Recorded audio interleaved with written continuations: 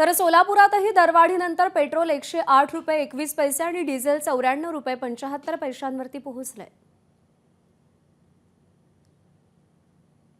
आंतरराष्ट्रीय पातळीवरती कच्च्या तेलांच्या दरामध्ये वाढ होत असताना दुसरीकडे भारतामध्ये त्याचे थेट परिणाम जे आहेत ते आपल्याला पाहायला मिळत आहेत। सोलापूरमध्ये आज पुन्हा एकदा पेट्रोल आणि डिझेलच्या दरामध्ये मोठी वाढ झालेली आहे। खरं तर आठवड्याभरामध्ये दुसऱ्यांदा पेट्रोल आणि डिझेलच्या दरामध्ये सातत्याने वाढ होताना आपल्याला पाहायला मिळते आहे। आज पुन्हा एकदा पेट्रोलचे दर हे जवळपास 1 रुपयांनी वाढलेले आहेत। 108 रुपये 21 पैशांवरती पेट्रोल पोहोचलेलं आहे, तर दुसरीकडे 94 रुपये 75 पैशांवरती डिझेल पोहोचलेलं आहे। त्यामुळे सर्वसामान्य नागरिकांच्या खिशाला पुन्हा एकदा कात्री लागताना आपल्याला पाहायला मिळते। युद्धजन्य परिस्थितीचा परिणाम जो आहे तो थेट देशभरामध्ये जाणवतोय आणि सर्वसामान्यांचं बजेट जे आहे ते त्यामुळे कोलमडताना आपल्याला पाहायला मिळतं। नागरिकांचं असं म्हणणं आहे की एकदा पेट्रोल आणि डिझेलचे दर वाढले की त्याचे थेट परिणाम जे आहेत ते सर्वच गोष्टींवरती होतात।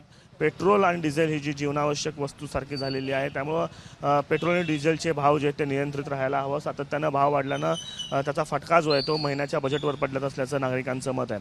मात्र सोलापूरमध्ये आज पुन्हा एकदा दर वाढल्यानंतर नागरिक जे आहेत ते संतप्त प्रतिक्रिया व्यक्त करतायत।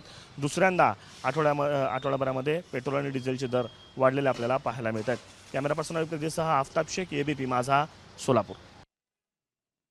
म्हणजे रोज आमच्या आता आठवड्याला 50-100 रुपयाची आज जातेच की आता ह्याचं पब्लिकाचंच नुकसान आहे, दुसरं काय सरकारचं काय जाणार, थोडी जाणार आहे। तर वाढवणार भांडण करताय, चालणार चालूच आहे, पण असं वाढवणं शक्यता लोकांना पब्लिकला जातं पैसा, सरकारचा पैसा थोडी कष्टाचाच पैसा जाणार ना।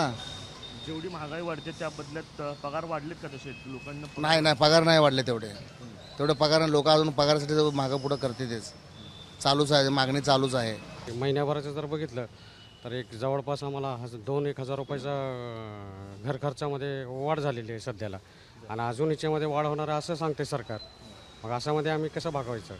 आणि प्रत्येक गोष्टीला आता वाढ व्हायला, दुधामध्ये 2 रुपयाची वाढ झालेली आहे। असं जर परिस्थिती राहिली तर आमचं घरचं सगळं मिडल क्लास लोकांचं सगळं हे होऊन जाईल ना।